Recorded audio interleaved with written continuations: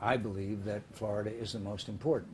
And I noticed that Mitt Romney is in the margin of error, basically. And so one of the things I'm doing here is we've got to get our veterans galvanized.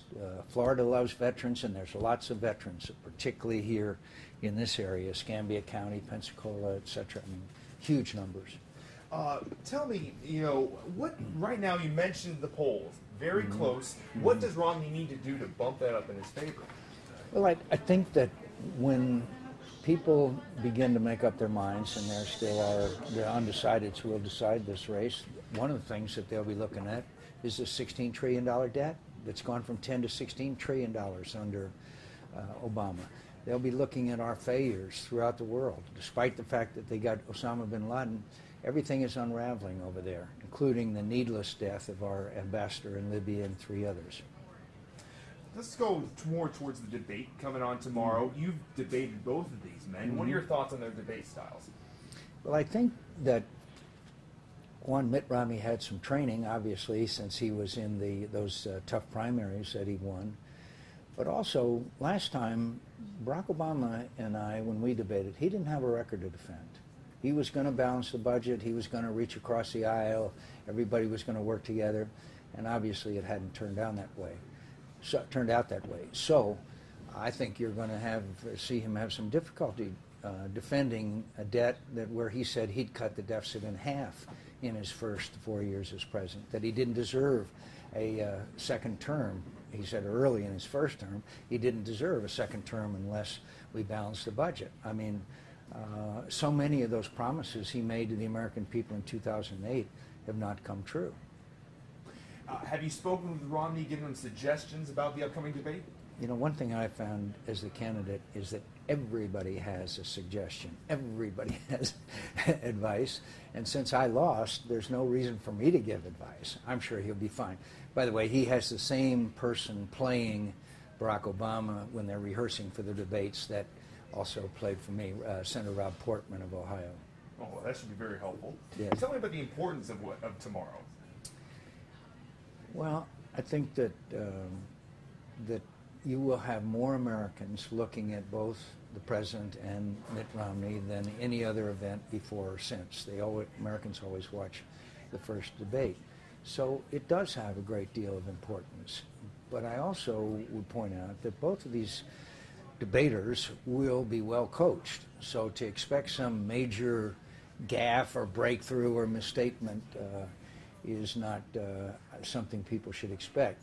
But what I know that Mitt Romney will do, he will have a steady, relentless attack on Barack Obama's record and outline his vision for the future of America. That's what he needs to do, not count on some misspoken words or something like that, as has happened in previous presidential debates.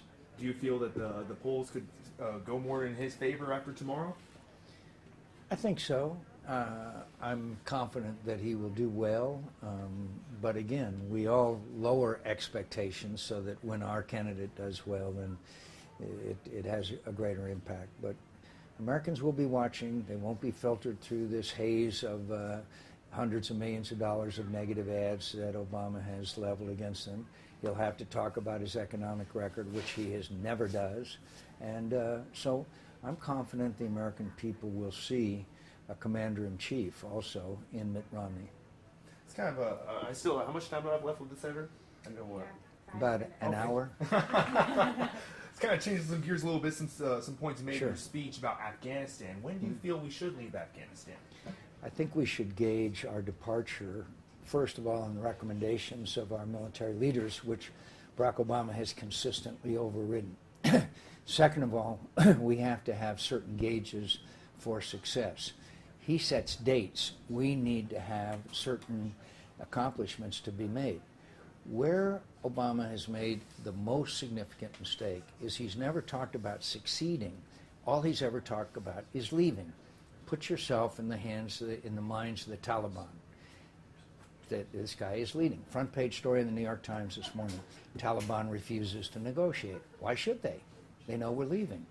And this latest Afghans in uniform killing Americans in uniform, that is a total breakdown. and it is disastrous and tragic. How about you also spoke about your friend Christopher Stevens. Elaborate more. You were very frustrated publicly about Obama's response to this. I was on one of the national television shows a week ago Sunday, 5 days after he was killed, and I watched our UN ambassador Susan Rice say, this was a spontaneous demonstration, it's all about a hateful video, it has nothing to do with Al-Qaeda, you know, and I just, it was jaw-dropping, because you don't carry out attacks with mortars and rocket-propelled grenades as a result of spontaneous demonstrations. And it had nothing to do with the video. We know that it was now Al-Qaeda connected and may have had the leadership of an Egyptian militant who was released from prison in Egypt. So, I mean, it's a fundamental misreading of the challenge we face. Finally, I'd just like to point out that they keep talking about the hateful video. First of all, we Americans stand for freedom of speech, and we're not going to compromise that for anybody. But what this is really all about is radical Islamists taking this video and using it, spreading it throughout the Middle East for their own purposes. So blaming the video is like blaming the gun on a killer who uses a gun to shoot people. Very interesting point. There was a Washington Post article this morning talking about the rise of the terrorist groups in North Africa. What should be done about this? Well, they're all over, particularly in a country called Mali. They have infiltrated into Libya because the Libyans really had very little government and no border security. They're certainly in other countries, and they're attempting to win. This is a titanic struggle between radical Islam and those who want a moderate democracy that they can live in the same kind of freedoms that we do. I would point out in Libya, overwhelmingly the people of Libya rejected the Islamists. Now that's not the case in some of these other countries. But for the president to tell the American people that because he got bin Laden, therefore we don't have to worry about Al-Qaeda anymore, is again, flies in the face of the facts. My last question, yeah. Which is the more important issue, this issue with terrorism that's rising again, or the economy here in America? The American people are focused, and rightly so, on jobs in the economy. But when I talk to veterans here, people, men and women who spent their adult lives serving this country, they're very concerned. And I believe we can get out the veterans' vote and their families and their friends and their supporters. There's no place where there's more support for the military in America, in the world, than Pensacola, Florida.